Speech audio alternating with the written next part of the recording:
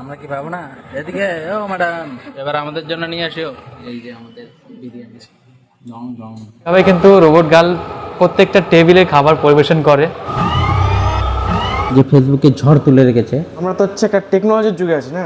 তো hello everyone, তোমরা কেমন আছো সবাই? তো গাইস, আজকে এই প্রথমবার আমি ও বন্ধু মিলে যাচ্ছি ফেসবুকে ঝড় তোলা রেস্টুরেন্ট রোবটে। রেস্টুরেন্টের ভেতরে ঢুকতেই চারিদিকে সাজানো গোছানো, পরিষ্কার পরিচ্ছন্ন ও ভাইরাল রোবট গার্লকে দেখে পুরো ফিদা হয়ে গেলাম। তারপর আমরা গঙ্গারামপুর স্টেশনে গিয়ে বসলাম, দেখতে শুরু করলাম মেনু কার্ড। দুই বন্ধু ডিসিশন নিতে পারছি না যে কি খাবো। সময়টা ছিল ঠিক দুপুরবেলা, তাই ঠিক করলাম বিরিয়ানি খাবো। অর্ডার দেওয়ার কিছুক্ষণের মধ্যেই কোনো ওয়েটার নয়, সেই ভাইরাল রোবট গার্ল সার্ভ করে দিল। খাবার হাতে পাওয়ার সঙ্গে সঙ্গে খেতে শুরু করলাম। কন্টিনিউ এই রেস্টুরেন্ট রোবটে কাস্টমার আসতেই আছে, আর তারা তাদের প্রিয় স্টেশন দেখে বসে পড়ছে এবং তাদের খাবারগুলি খুব সুন্দরভাবে পরিবেশন করে দিচ্ছে এই ভাইরাল রোবট গার্ল। এখানে যে শুধু এই রোবট গার্ল খাবার পরিবেশন করে তা নয়, এখানে বালুরঘাট মালদা এক্সপ্রেস ট্রেনে করে বিভিন্ন স্টেশনে খাবার ডেলিভার করা হয়। এই বালুরঘাট মালদা এক্সপ্রেস ট্রেনটি বালুরঘাট, গঙ্গারামপুর, বুনিয়াদপুর, হিলি, ত্রিমোহিনী স্টেশন থেকে আসা অর্ডারের খাবারগুলি ডেলিভারি দিয়ে যায়। তো গাইস, এই ডিজিটাল যুগে বালুরঘাটের বুকে এইরকম একটি ইউনিক রেস্টুরেন্টের চিন্তা ভাবনা কিভাবে মাথায় আসলো,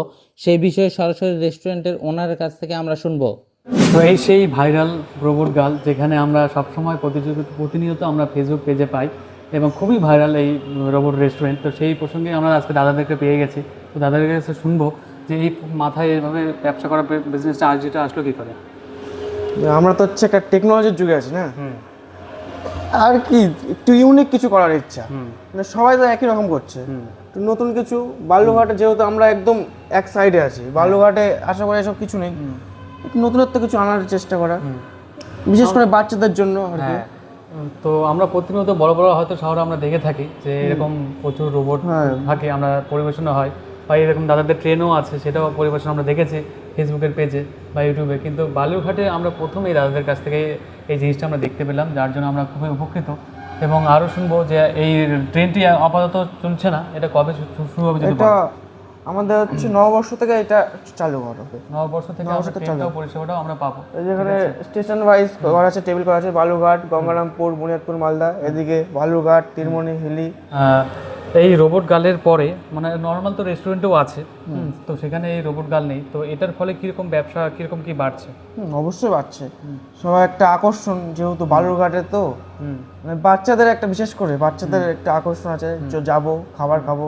তাই এখন তো রোবটের জন্য একদিন সবাই আসবে, নেক্সট দিন তো খাবার ভালো হয়, তারপরে তো আসবে না। অবশ্যই, মানে খাবারটা ভালো দেওয়ার চেষ্টা করছি আর কি। এই তো আমরা এখানে খাবারও খেলাম, এখানকার খাবার যথেষ্ট ভালো। আমরা আজকে বিরিয়ানি টেস্ট করলাম, চিকেন বিরিয়ানি, খুবই সুন্দর হয়েছে, খুবই ভালো হয়েছে। দর্শকদের তোমাদের প্রত্যেককে বলবো, তোমরা অবশ্যই এই রোবট রেস্টুরেন্টে একদিন এসে ঘুরে যাও, খেয়ে যাও, দেখে যাও।